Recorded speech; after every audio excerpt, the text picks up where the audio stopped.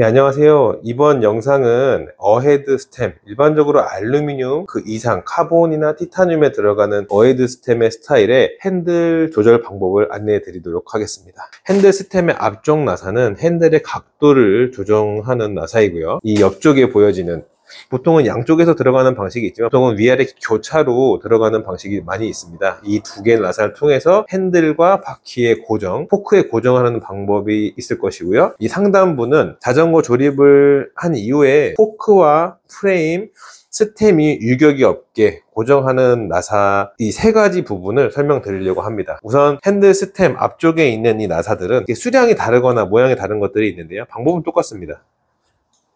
보통은 조임이나 풀어주실 때 이렇게 대각선 방향으로 풀어주시는 게 좋아요. 한쪽을 먼저 다 풀거나 한쪽을 먼저 다 조이실 경우에는 이 나사가 야마가 난다 그러죠. 나사선이 뭉개지는 손상을 받을 수가 있어요. 지금 이렇게 풀어주시게 되면 원하신다면 각도는 내릴 수도 있고 올리실 수 있어요. 방금 전에 말씀드렸던 것처럼 조여주실 때는 어느 정도 균일하게 조금씩 비슷한 이제 거리가 남을 수 있도록, 이 스템도 스템 앞부분과 뒷부분이 나눠져 있는데 이 앞부분이 핸들 스템과 앞부분, 이 뚜껑 탑 부분의 위치가 어느 정도는 균일하게 될 수 있도록 번갈아 가면서 조여주세요.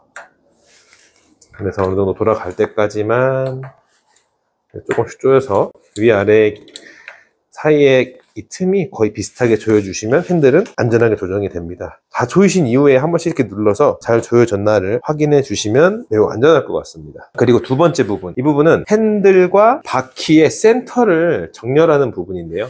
지금은 덜 조여진 상태로 이렇게 돌아갑니다. 개인마다 차이가 있어서 앞이나 뒤쪽에서 원하시는 위치에서 바퀴와 이 스템, 핸들의 중앙부와 이 바퀴가 잘 맞아져 있는지 먼저 확인을 해 주시고, 그 이후에 이 옆에 쪽 나사를 통해서, 지금 나사 사이즈를 말씀드리지 않은 게 제품마다 보통 3mm 아니면 4mm입니다. 근데 하지만 그렇지 않은 경우도 있어서 특정해서 말씀드릴 수는 없기 때문에 언급을 안 드린 건데, 보통은 일반적인 이런 육각렌치 4, 5, 6mm로 보통 핸들은 거의 다 조작이 됩니다. 지금 옆에를 조였듯이 조여주신 이후에 위에서 눌렀던 것과 비슷하게 잘 조여졌는지 확인을 해 주시고, 잘 조여주신 이후에 사용을 해 주시면 되겠습니다. 마지막 부분은 이 위에 뚜껑 부분이 있잖아요. 가운데 나사를 간혹 조이시는 분들이 계세요. 근데 이거는 미조립으로 구매하셨을 경우에는 어느 정도 가조립이 되어 나온 상태이기 때문에 이 부분까지 확인을 좀 해주셔야겠지만, 조립 상품으로 받으신 경우에는 사실 크게 건드릴 이유는 없습니다. 이 나사의 역할은 포크가 밑부분이 있고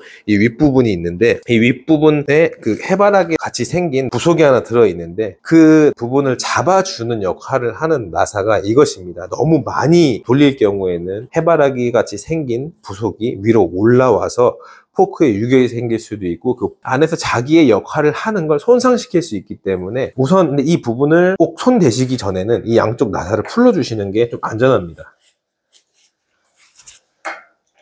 왜냐면 잘못 고정되어 있는 상태에서 이 나사를 만질 경우에도 손상이 될 수 있으니까 우선적으로 이 두 개를 풀어주시는 게 좋기는 해요. 이 나사가 충분히 조여져 있지 않은 경우에는 어떤 경우가 발생을 하냐면, 이렇게 차체와 포크가 따로 보시면은 유격이 생깁니다. 그렇죠? 좀 더 많이 풀러 보겠습니다.